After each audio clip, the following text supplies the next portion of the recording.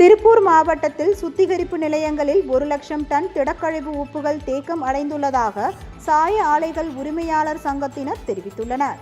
திருப்பூர் மாவட்டத்தில் 450 சாய ஆலைகள் இயங்கிக் கொண்டிருப்பதாகவும், அவற்றில் 350 ஆலைகள் பொது சுத்திகரிப்பு நிலையங்களிலும், மீதமுள்ள ஆலைகள் 62 தனியார் சுத்திகரிப்பு நிலையங்களிலும் இயங்கி வருவதாக அவர்கள் தெரிவித்தனர்.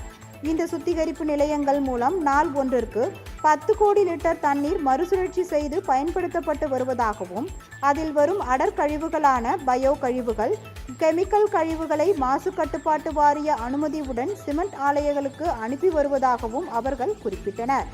அதை தவிர்த்து திடக்கழிவுகளான உப்பு சுமார் 1,00,000 டன் தற்பொழுது வரை இருப்பு வைக்கப்பட்டுள்ளது.